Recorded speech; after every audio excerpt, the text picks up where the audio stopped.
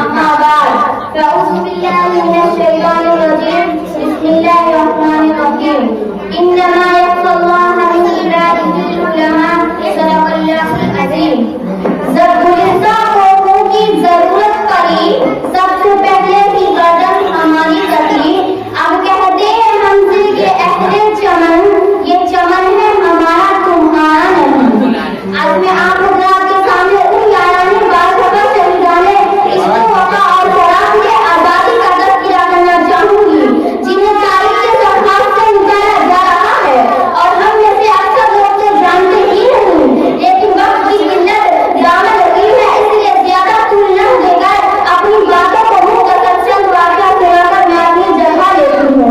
एक मरतबा अंग्रेज के खिलाफ जैसे इस्लाम हज़रत मौलाना हुसैन अहमद मदनी रहमतुल्लाह अलैह ने वहाँ संगम के हुक्म आलू की नसीहत को हराम बताया।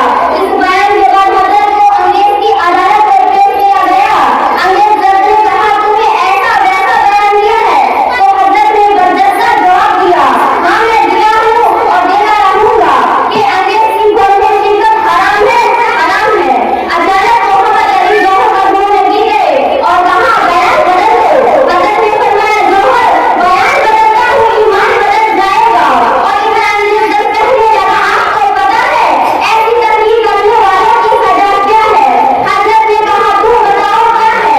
उसने कहा मेरे कलम में इतनी ताकत है कि आपको फांसी भी हो सकती है।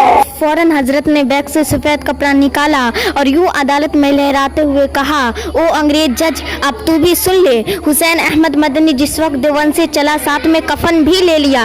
जवाब सुनते ही अंग्रेज जज हक्का बक्का रह गया। यहीं तक बस नहीं और भी बहुत से वाक़यात हैं वक्त ना होने की वजह से यहीं पे अपनी बात ख़त्म करती हूँ।